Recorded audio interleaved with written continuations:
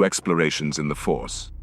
My work with the midichlorians is rooted in what is traditionally considered the living force, or those energies attached to the anima and the pneuma.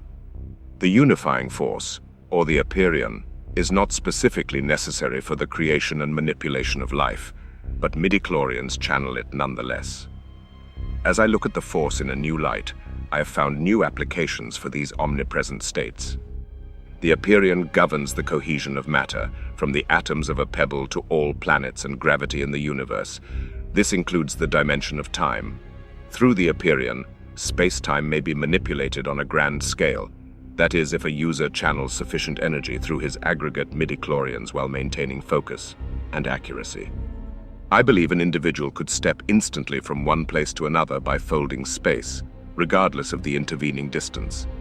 Similarly, one could be able to fold time, not to temporarily displace a physical object, but to shift one's consciousness backward and forward along time's flow. Such a thing would permit the study of all knowledge through history, even the secrets recorded in the long-lost library of Silverisi. The anima governs life, and it is through this state that force healing is possible. But to sever the force, that is something rare.